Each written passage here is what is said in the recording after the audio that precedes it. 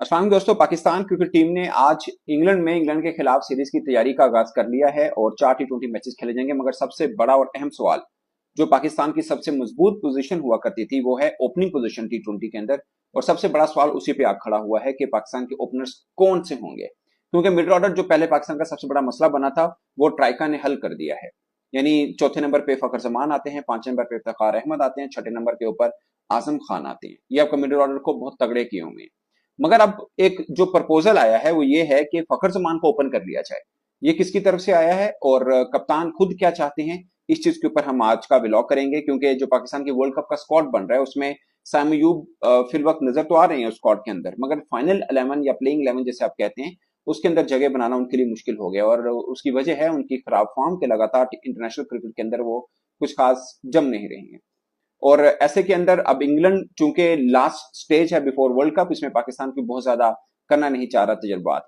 तो दो हैं, एक जो गैरी क्रिस्टन है वो चाह रहे हैं कि ओपनिंग जो स्लॉट है उसके अंदर से ही अटैकिंग पोजीशन अपनाई जाए और इंटेंट रखा जाए। आपके पास साइम अयूब थे, वो नहीं क्लिक किए हैं, तो अब फखर जमान को ट्राई कर लेना चाहिए कि वो रिजवान के साथ जाएं और तेज खेलें।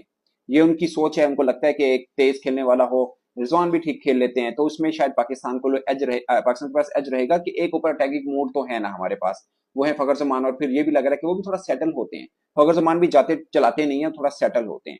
तो एक ये भी एक है कि फखर जमान और रिजवान क्या ये जोड़ी ठीक रहेगी। दूसरा, बाबर आजम समझ रहे हैं, और वो जब गैरी क्रिस्टन टीम के साथ कनेक्ट नहीं हुए थे वो उस वक्त से समझ रहे हैं कि उनकी और रिजवान की जो जोड़ी है वो शानदार रह सकती है। और इसमें एक और खास पॉइंट है जो मैं आपको बताऊंगा, जो आपको समझने के लिए बहुत जरूरी है। बाबर आजम जो समझ रहे हैं कि मैं और रिजवान चूंकि क्रुशियल स्टेज के अंदर, प्रेशर गेम्स के अंदर और तजर्बा रख रहे हैं, 2 वर्ल्ड कप के अंदर हम ऐसा ओपन कर चुके हैं, तो ये शायद ज्यादा बेहतर रहेगा। और फिर अगर आप अमेरिका के अंदर देखेंगे तो शायद वहां पे थोड़ा फास्ट ट्रैक मिल जाए, तेज 3-3 4-4 फास्ट बॉलर भी यूज हों। और अगर वेस्ट इंडीज की तरफ जाना है तो बहुत से टीमें होंगी शायद स्पिन के साथ भी अटैक करें, अगर स्पिन ट्रैक मिल जाता है तो ये ज्यादा बेहतर ऑप्शन रहेगी कि खुद कप्तान बाबर आजम और रिजवान जो हैं वो चलें। अगर वो मैच नहीं होते हाई स्कोरिंग मैच, तो ये शायद ये पार्टनरशिप कामयाब रहे। तो ये दो थ्योरीज आ रही हैं। और सबसे अहम पॉइंट के चौथे नंबर के ऊपर जो बारी ले रहे हैं फखर जमान, क्या उनकी जगह पे उस्मान खान वैसे बारी ले सकते हैं? ये सबसे बड़ा सवाल है।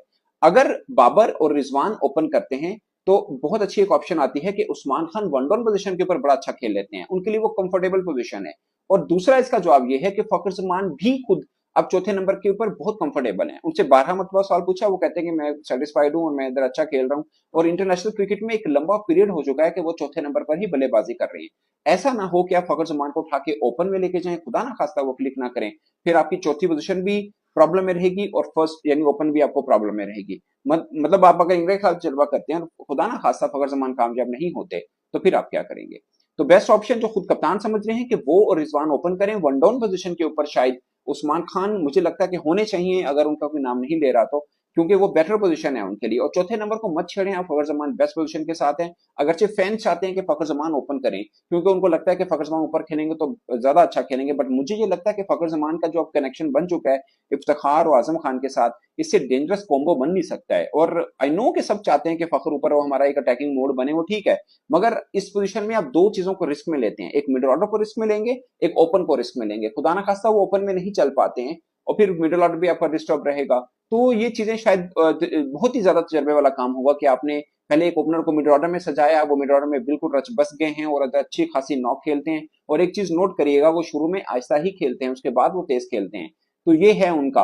अगरचे वनडे में चूंकि 50 ओवर होते हैं उसके अंदर वो ज्यादा सूटेबल रहते हैं एज एन ओपनर, बट मुझे लगता है कि फखर जमान अगर फोर्थ नंबर पे ही रहेंगे तो ज्यादा बेटर ऑप्शन रहेगी। बाबर रिजवान ओपन करें, वन डाउन उस्मान खान, फिर फखर जमान, उसके बाद इफ्तिखार अहमद, फिर आजम खान आ जाते हैं। तो 6 जबरदस्त किस्म के बैटिंग बनते हैं। 7वें नंबर के ऊपर आपके पास इमाद वसीम है, फिर 4 बॉलिंग के ऑप्शन है, उसमें से आप 3 फास्ट बॉलर खिलाएं, एक स्पिनर खिलाना है बरार को या शदाब को, और 3 फास्ट बॉलर आपके पास आमिर, नसीम, शहीन, तो बेस्ट एक बनता है। अगर 4 खिलाने आपके पास अब्बास अफरीदी के ऑप्शन है।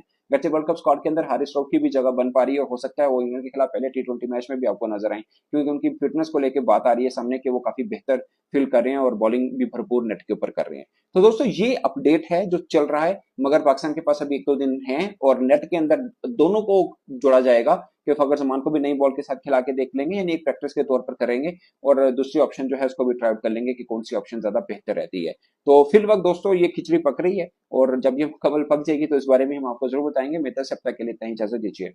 अल्लाह हाफिज।